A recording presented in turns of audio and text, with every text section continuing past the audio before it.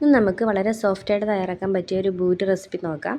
അപ്പോൾ ഞാൻ അതിലേക്ക് ആവശ്യമായിട്ടുള്ള 2 കപ്പ് ഗോതമ്പ് മാവ് എടുത്തിട്ടുണ്ട്. അതിലേക്ക് ഉപ്പും 1 ടീസ്പൂൺ എണ്ണയും ആവശ്യത്തിന് വെള്ളവും ഒഴിച്ച് നല്ലതുപോലെ കുഴച്ചെടുക്കുന്നുണ്ട്. നമുക്ക് ഏത് എണ്ണ വേണമെങ്കിലും എടുക്കാം. നിങ്ങളുടെ കയ്യിൽ വെളിച്ചെണ്ണയാണോ ഓയിലാണോ എന്ത് വേണമെങ്കിലും ചേർക്കാം. പക്ഷേ എണ്ണ സ്കിപ്പ് ചെയ്യരുത്. എന്നിട്ട് നമുക്ക് നല്ലതുപോലെ കുഴച്ചെടുക്കാം. ഒരുപാടങ്ങ് സോഫ്റ്റാക്കി കുഴയ്ക്കൊന്നും വേണ്ട. ചപ്പാത്തിയൊക്കെ കുഴയ്ക്കുന്ന പോലെ നമുക്ക് കുഴച്ചെടുക്കാം. എന്നിട്ട് നമുക്ക് 5 മിനിറ്റ് ഒന്ന് മാറ്റി വെക്കാം. ഇനിയിപ്പോൾ റെസ്റ്റ് ചെയ്യാൻ സമയമില്ലെങ്കിലും നമുക്ക് അപ്പത്തിൻ്റെ ഇത് ഉണ്ടാക്കി തുടങ്ങാം. നല്ല സൂപ്പറായിട്ട് തന്നെ കിട്ടുകയും ചെയ്യും. അപ്പോൾ ഞാൻ ഒന്ന് മാറ്റി വെക്കുന്നുണ്ട്. നമുക്കൊന്ന് എടുത്ത് നോക്കാം.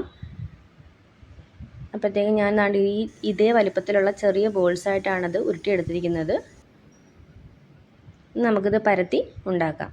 എൻ്റെ കയ്യിൽ പരത്തുന്ന വീഡിയോ മിസ്സായി പോയിട്ടുണ്ട്. അപ്പോൾ നിങ്ങൾ ചെറിയൊരു വട്ട ഷേപ്പിൽ, ഞാൻ ഒരുപാട് അങ്ങ് വലുതാക്കത്തില്ല, ഒരു മീഡിയം ഷേപ്പിലാണ് ഞാൻ ബൂരിക്ക് പരത്തിയെടുക്കുന്നത്. അത് പരത്തിയെടുത്തിട്ടുണ്ട്. ഇനി നമുക്ക് എണ്ണ ചൂടാക്കാൻ വെച്ചിട്ട് എണ്ണ നല്ലതുപോലെ തിളയ്ക്കണം. നല്ല ചൂടായതിന് ശേഷം മാത്രമേ ബൂരി ഇട്ട് കൊടുക്കാൻ പാടുള്ളൂ. അപ്പോൾ നല്ലോണം എണ്ണ ചൂടായിട്ടുണ്ട്. ഇനി നമുക്ക് ഓരോ ബൂരിയായിട്ട് ഇട്ട് കൊടുത്ത് പൊരിച്ചെടുക്കാം. അപ്പോൾ കാണാം, നമ്മൾ എണ്ണയിലേക്ക് ഇട്ടപ്പോൾ തന്നെ ബൂരി നല്ലതായിട്ട് ഇങ്ങനെ പൊങ്ങി വരുന്നുണ്ട്. അപ്പോൾ നമ്മൾ ബൂരി ഉണ്ടാക്കുമ്പോൾ ശ്രദ്ധിക്കേണ്ട കാര്യങ്ങൾ എന്ന് പറഞ്ഞാൽ, നമുക്ക് എപ്പോഴും നമ്മളെ ബൂരി മുങ്ങിക്കിടക്കുന്ന രീതിയിൽ വേണം എണ്ണ ഒഴിക്കാനായിട്ട്.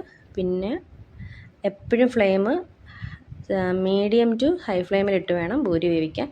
അത് അല്ലാതെ നമ്മൾ സിമ്മിലിട്ടിരുന്നാൽ നല്ലതുപോലൊന്നും കിട്ടത്തില്ല. അപ്പോൾ നമ്മൾ ഓരോന്നായിട്ട് ഇങ്ങനെ ചുട്ടെടുക്കുന്നുണ്ട്.